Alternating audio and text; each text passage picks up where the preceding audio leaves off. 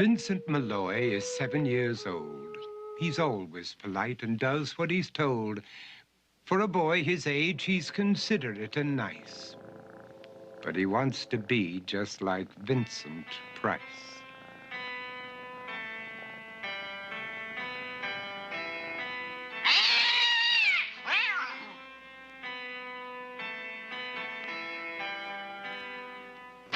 He doesn't mind living with his sister, dog, and cats, though he'd rather share a home with spiders and bats.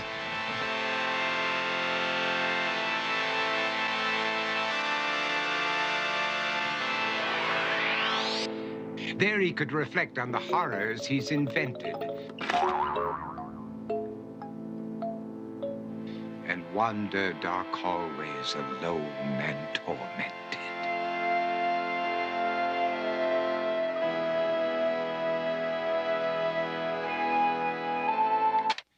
Vincent is nice when his aunt comes to see him, but imagines dipping her in wax for his wax museum.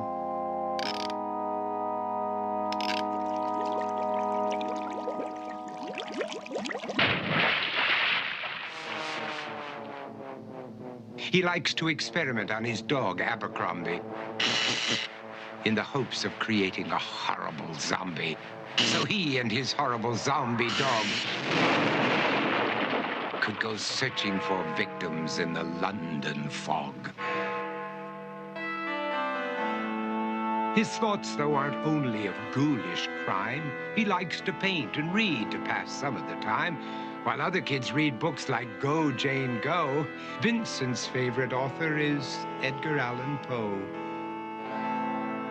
One night, while reading a gruesome tale, he read a passage that made him turn pale. Such horrible news he could not survive, for his beautiful wife had been buried alive. He dug out her grave to make sure she was dead, unaware that her grave was his mother's flower bed. His mother sent Vincent off to his room. He knew he'd been banished to the Tower of Doom, where he was sentenced to spend the rest of his life alone with the portrait of his beautiful wife. While alone and insane, encased in his tomb, Vincent's mother burst suddenly into the room. She said, "If you want to, you can go out and play. It's sunny outside and a beautiful day."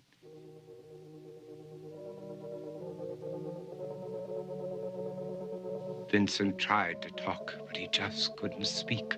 The years of isolation had made him quite weak.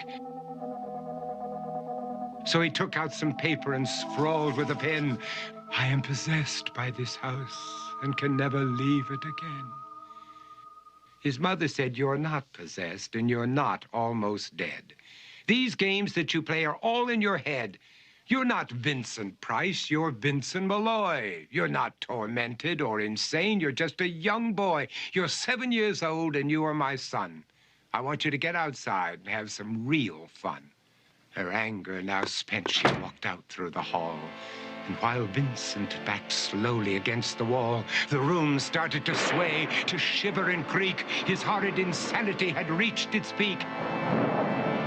He saw 𝒱𝒾𝓃𝓉𝓉, his zombie slave, and heard his wife call from beyond the grave. She spoke from her coffin and made ghoulish demands, while through cracking walls reached skeleton hands.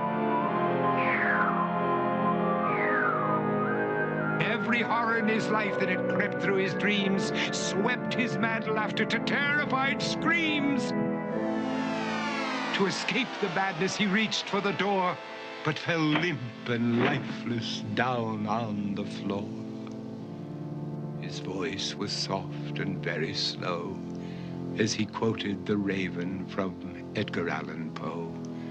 "And my soul from out that shadow that lies floating on the floor shall be lifted nevermore."